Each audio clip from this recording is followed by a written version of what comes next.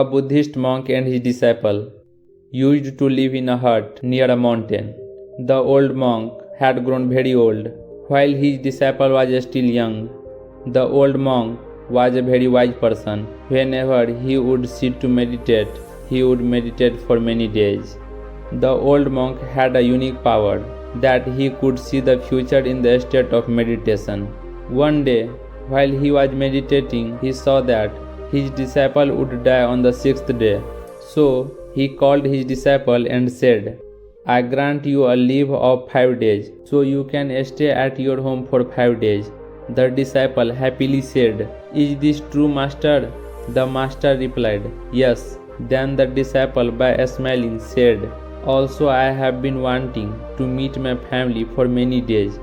The master said, "All right, you may go, but remember, you must return here by the evening of the 5th day."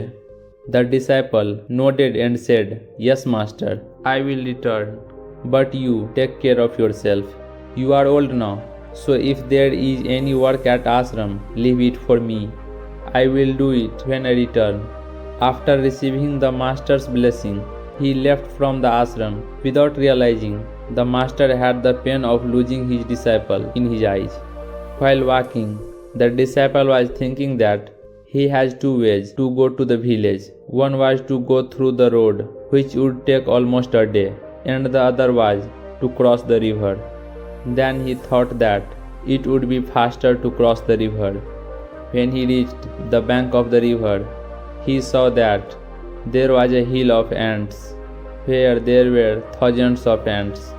Some ants were continuously going inside, and some were coming out of the hill. Some ants colliding with each other and changed their paths. Watching all this, the disciple was feeling great joy. He stood there, watching those ants for some time. Then suddenly, his attention turned towards the river. He saw that the water of river was slowly rising, which could reach the ant hill with the rising waves. This would cause thousands of ants to be killed without any reason. With this thought, he immediately took off his upper clothes and filled them with mud, creating a barrier around the ant hill. Along with that, he tactfully cut the mud to make a small channel so that the water coming from the waves could go back into the river through that channel. After that, he crossed the river and went home. After reaching his home, he didn't realize how 4 days had passed. On the 5th day, he remembered that the master had ordered him to return to the ashram by evening. So the same night he prepared himself to leave for the ashram the next morning. In the morning he set out for the ashram. He hoped that he would reach the ashram before evening. But when he reached on the bank of the river, he saw that the water flow has increased significantly. Therefore he decided to go through the road. When the disciple arrived, it was morning of the next day. Meanwhile, the master, sitting in the ashram, was thinking that today is the 6th day, and by now my disciple would have left this world. He was quite unhappy that he could not see his disciple one last time before his death.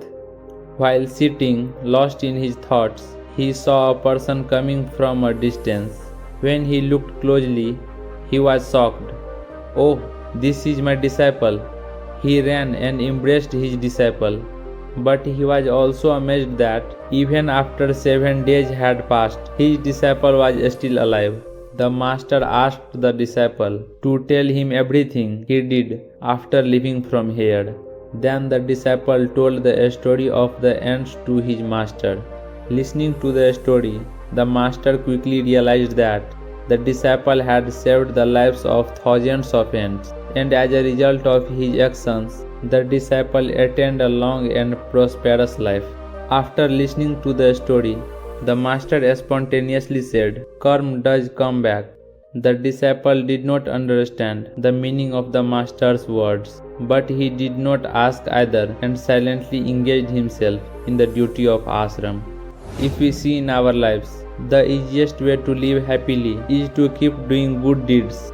Like in this story, it is not necessary that good deeds will only prolong our lives, but it is guaranteed that they will reduce the sorrows and troubles coming our way. It is very common principle of karma that whatever we do, either they are good deeds or bad, we get it back to us manifold.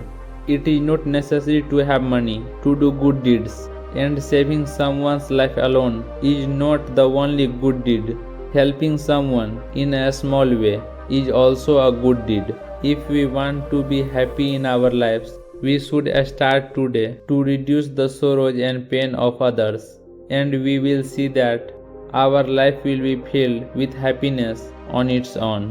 What did you learn from this video? Write that below in the comment section.